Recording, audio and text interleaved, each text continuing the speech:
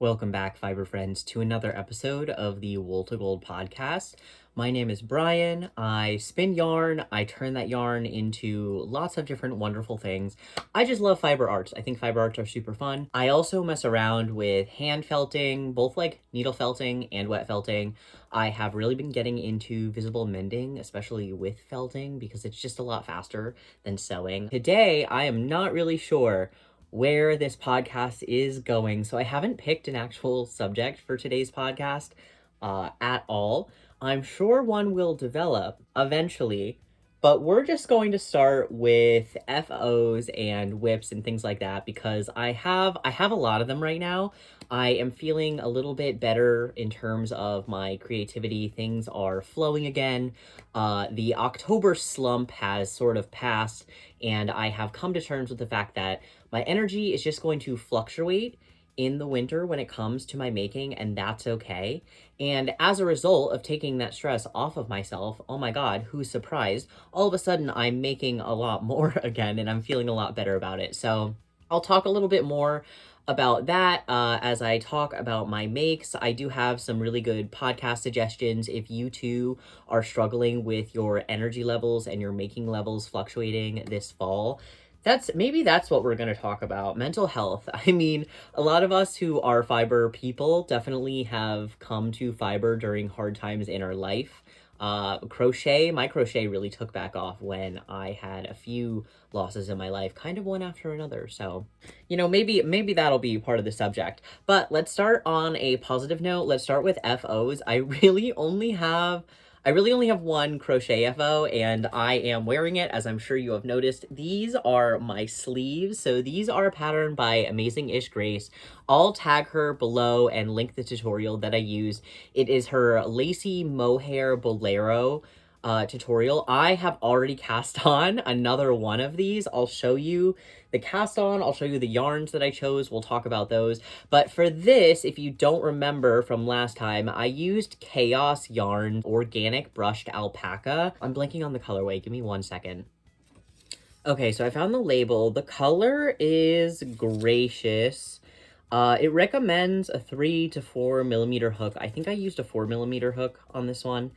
And this is a 25-gram ball, but honestly, it went super far, and I find Chaos, some of their yarns are pretty affordable. If you're looking for a silk mohair alternative that is a little bit more on the affordable side, but you don't want any synthetic fibers, so this is 100% alpaca, then this is a really, really nice option. Again, the colorway is Gracious. I have it in another color, in like a teal color. I haven't really settled on what project I'm going to use it for, but I absolutely love the way this yarn came out.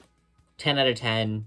I have never used their yarn before. Really enjoyed it. Anyway, so the other colorway that I have here, and I'm sure you can tell, it's like a cream with some purple, blue, and rusty orange speckles kind of all over it. This is going to be Cake Wool Co. I don't remember the exact base that it's in. I'll put the information like on the screen.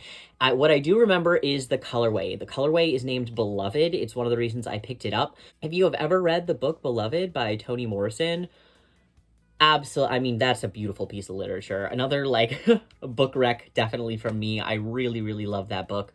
And so I just picked up the colorway because I liked the color. I didn't really know what I was going to use it for. I picked it up with the intention of turning it into socks. And then I very quickly found out that not only am I not a knitter, I'm really not a sock knitter. It's just not my jam. It's just not my thing. So we needed to find something else to use this skein for. And I'm really happy that I used it on this. I'm very pleased with this finished object. So other finished objects, I don't remember if I showed this all skeined up on the last episode, but this is Barbie and Alan go to Rhinebeck. Ken is there. He just waits in the car. And it is all skeined up and dry and ready to go. I know you guys have seen this before, this skein, but these are the sister skeins, finally all skeined up and dry. I just think they're stunning. And again, these are the ones that you haven't seen yet. I really love the way they came out.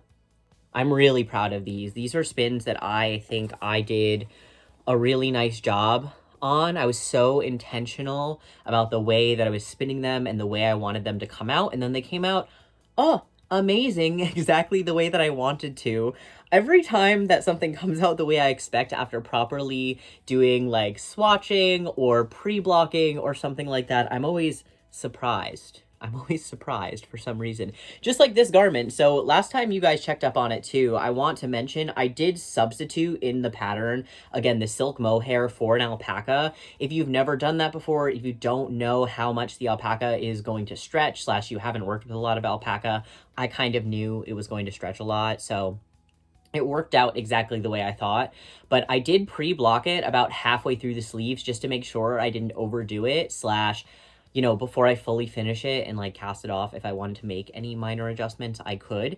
Highly recommend doing that. And in terms of other finished objects, I also have the finished skein of yarn. Look at that. Oh, she's beautiful. She's all dry. I'm pretty proud of her. I don't have a name for this yet either. I haven't settled on names for really. Besides this skein, I mean, I am kicking around a name for this one, but I think that it might end up changing based on what I name these two. Again, I haven't really settled on it. So that's all for FOs. Whips. So, coming back to the drop spindle. I know it doesn't look like I've done a lot with it, but I have. I've been drop spinning on the lives. I've been drop spinning while I FaceTime with friends. I keep on thinking that I'm not going to be able to fit another layer of yarn onto the drop spindle, or like at some point it's going to get really tough to spin on it. That hasn't happened yet, so I'm going to keep going. I'm going to keep continuing. See, it's even farther down than definitely the last time you saw it. And again, we're having a little blue moment. I really don't have much fiber left. This is about it, besides, you know, the little bit that's attached to this right now. So hopefully maybe next time we'll have a finished drop spindle skein. I'm really excited to compare this skein to the last drop spindle skein that I had. A super duper quick check-in with this whip right here, just because we've been working on it for a while. I haven't made a ton of progress because I got kind of caught up in the bolero, but I've done a few rows. I have a little bit more done.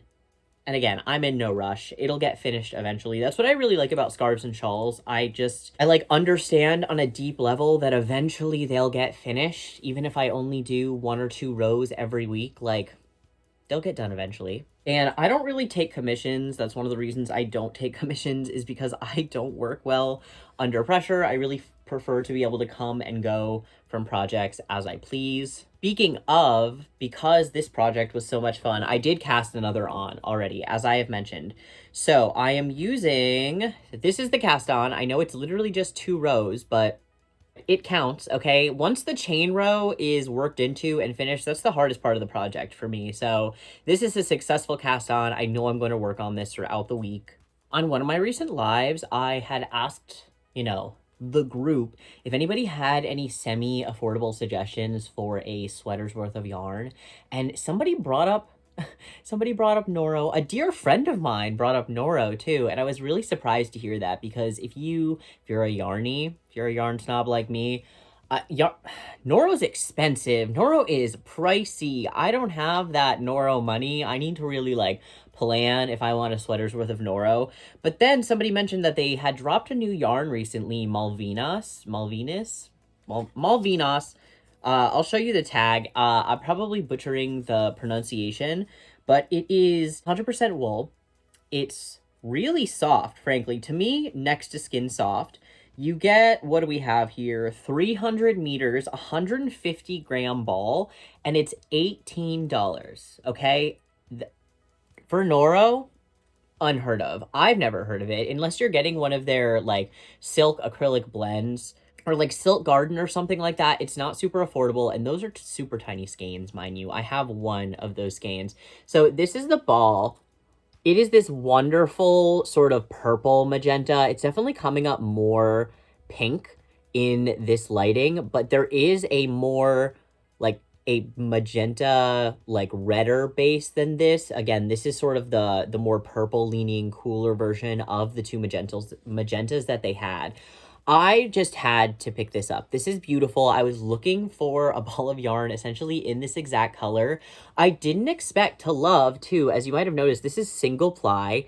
It has sort of a handspun vibe to it. It is a little bit thick and thin, but I really like it.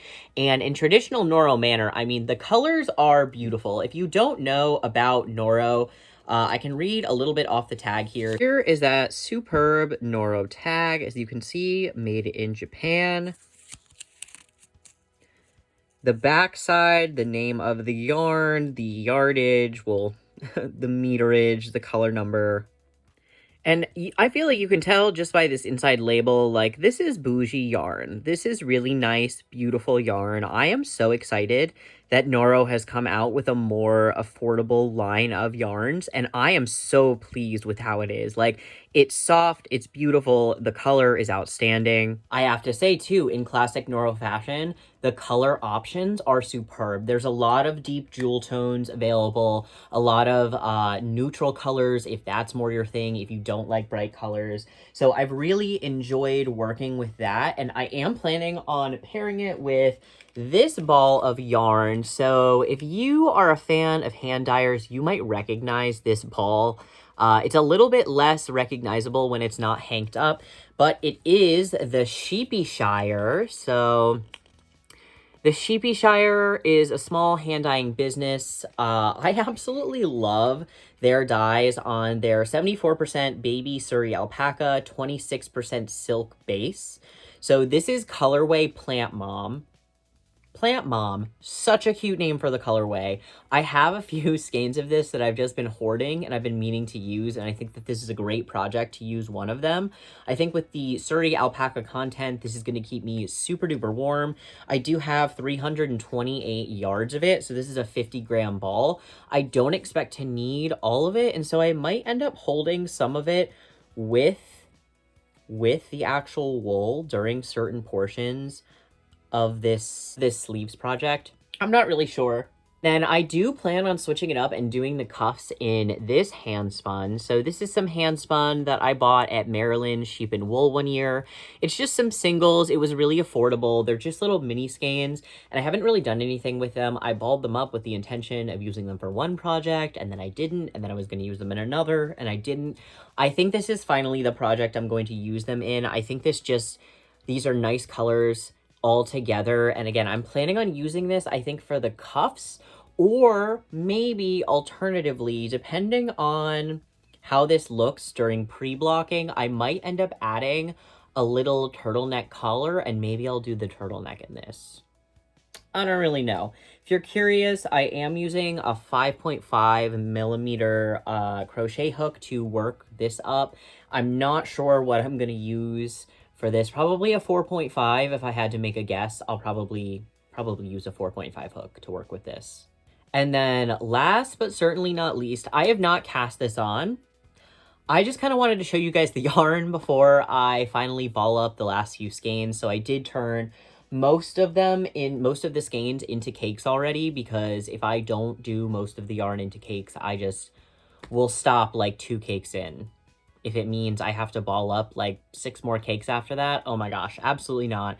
So I tried to do most of my yarn. Before that, I did save 2 skeins so I could show you the yarn all skeined up and looking very cute. Although I have to say, this yarn, despite being a hand dye and pretty variegated in a very specific way, though, you're going to see, I think it looks really nice caked up because it has a lot of variety or variegation in it, but it is with neutral colors, at least what I would consider neutral colors. So I think it's just the perfect balance of hand-dyed yarn. Let me bring out the yarn, you'll see. The camera was blowing these out a ton because of the cream base, but these are my skeins from Swan's Island. So I have them in 2 different colors. As you can see, I have the white dip dyed with the gray. Those are called pewter.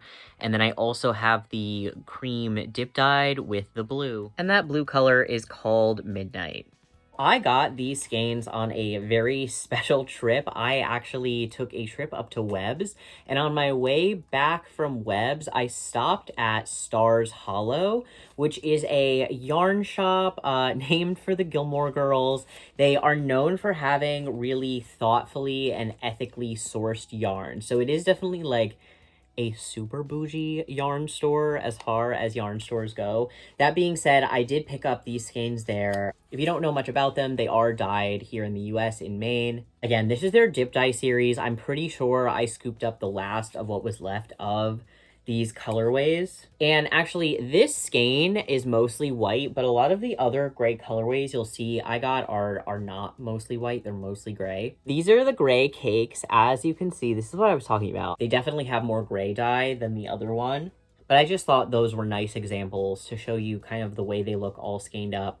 And then these are the cakes of the blue. I'm not sure if the camera is picking up that. So there's like deep navy shades, but there's also this like lighter blue shade. I'm not sure if you can see it.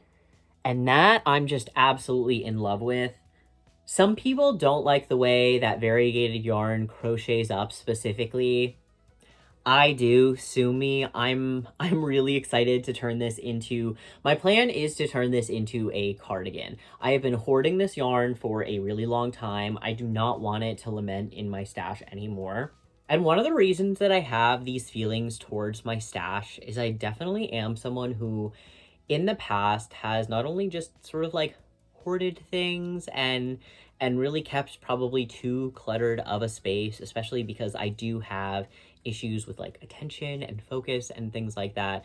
But also I am someone who I have let things expire or go bad or, you know, essentially become unusable because I was just so worried about using them at the wrong time or for the wrong thing. And I'm really trying to work on that because I deserve to use the nice things that I buy. I deserve to use the nice yarn. I also think that, again, I think I talked a bit about this a little bit in the last episode, but I feel like there is this common sort of theme that crocheters aren't allowed to use nice yarn because crochet takes up more yarn. And I totally understand if like the budget is not allowing for something like that. However, I am not just going to use all of my nice yarn because I don't really like to knit. Like, I'm still going to use it. And I feel like I end up with really, really wonderful crochet projects that I think are outstanding and lovely. So that's my 2 cents on yarn hoarding. Like, I want to have a stash beyond my life expectancy, but I don't want to have a stash beyond my life expectancy because I never use the good stuff. Do you know what I mean? That's one of the reasons I really try to use a lot of my hand spun. I think I will be doing a handspun yarn tour when I do just a yarn tour at some point during this season. I went back and watched my TikTok yarn tour and it's just really outdated now. So I decided that I'm going to just film another yarn tour video at some point. But that day is not going to be today. Today, I think I'm just going to show you guys like real-time making throughout my week and what that looks like. So I have work today, I have work tomorrow.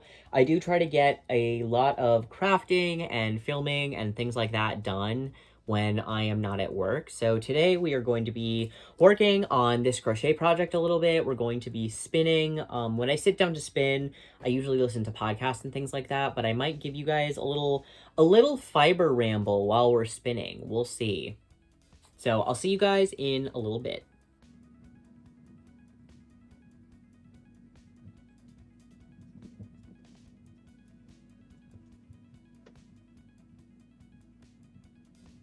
All right, I'm gonna make this quick because we are doing like a little surprise trip to New York City.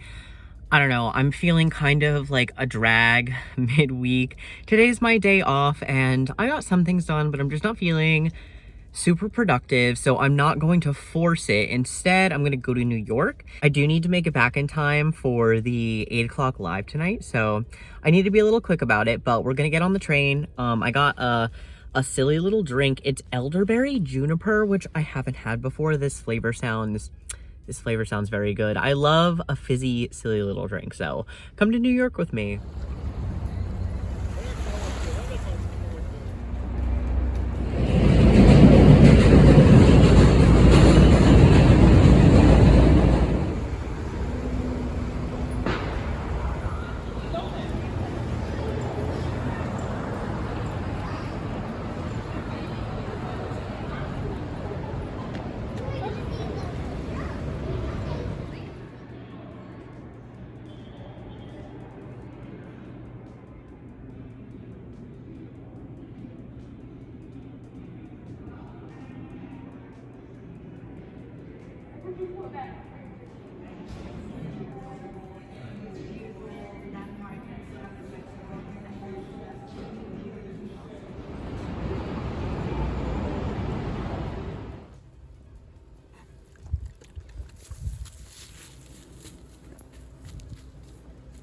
Alrighty, fiber friends, what a week we've had already. So unfortunately, I have not captured a ton of my actual crafting because a lot of it I've been doing while also working on my computer and just getting the website ready for the yarn drop this week. That being said, I still want to take you along on some of the excursions we're having this week, so we are going to do a little bit of thrifting, so come along with me to the thrift stores.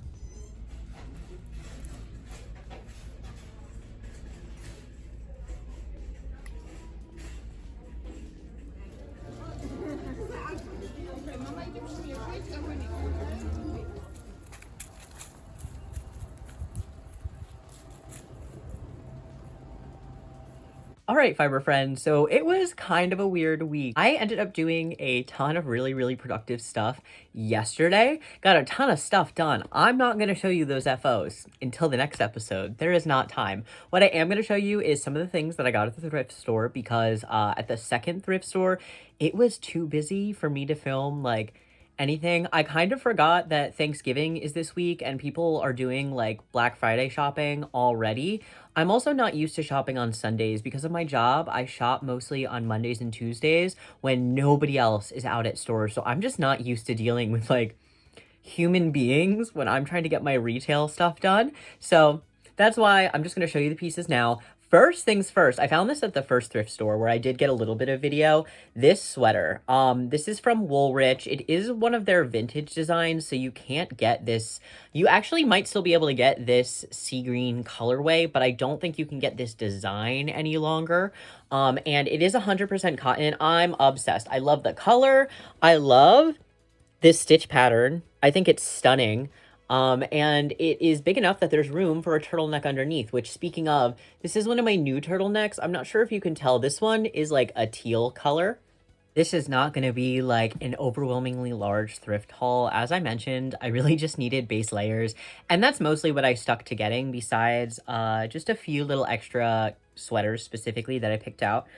So next up is this little stripy base layer number. It is nothing special. It is a striped thermal shirt, but again, I need some more patterns to layer underneath things. It's just cold. I need more base layers. Next up is this really fun turtleneck. So I feel like I could wear this shirt by itself or underneath a number of my sweaters. I love the colors. I love that it's a patterned turtleneck, but not one of those like holiday patterns. Cause like, don't get me wrong, I like a good holiday pattern turtleneck as well, but I don't get a lot of wear out of those. I prefer patterns that are a little bit more multifaceted in the seasons that they can be worn. So I'm obsessed with this. Also, brown and blue are one of my favorite color combos, so that was just such a good find. And then last but certainly not least, we have one final turtleneck. Can you tell that I like turtlenecks? I just find them comforting. I really like them. And I wore through some of my older ones. They just have too many holes for me to keep wearing them. It's time for them to go to the great scrap pile in the sky and get made into something else.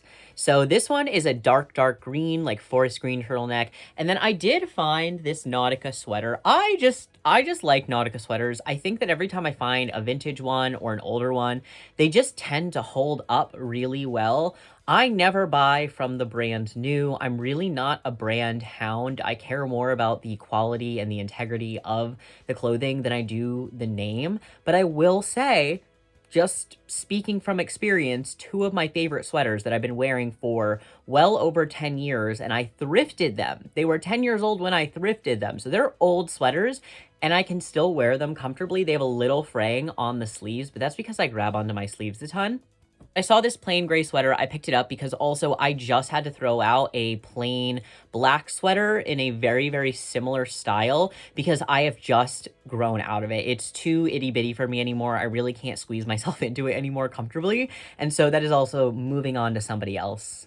So even though I wasn't the fastest crafter or maker this week, I do feel like this was a really important and productive week for me. I did feel like I was hitting a little bit of an inspiration slump again, and the trip to New York really reinvigorated my spirit, especially when it comes to dressing and designing some garments this winter. I'm very excited to start on some of my garment pieces and my layering pieces after seeing some of the really awesome fashion in New York this week. All I have to say is that layers are definitely in. Some of my favorite, all of my favorite looks actually that I saw just on the street were highly layered looks. And I'm obsessed with it. I love it. It keeps us warm and cozy too. Honestly, one of the reasons that I could never be a minimalist baddie, especially in the way that I dress, is because I just require layers. I'm a cold person. I run cold. I need as many layers on my body as possible. And so I'm really glad that like wearing two coats is really in this season and stuff like that, at least like in my realm of fashion. Obviously everybody has different tastes and preferences. I do tend to pull a lot more of my inspiration from the runway, even though obviously a lot of the stuff that I wear is very wearable. A lot of it is like nodding to stuff that I see on the runway. So yeah, it was super fun. Thanks for coming along, and I'll see you guys next week. If you don't already follow me on TikTok and Instagram and you have those socials, go give me a follow. And if you haven't liked and subscribed yet, do that too.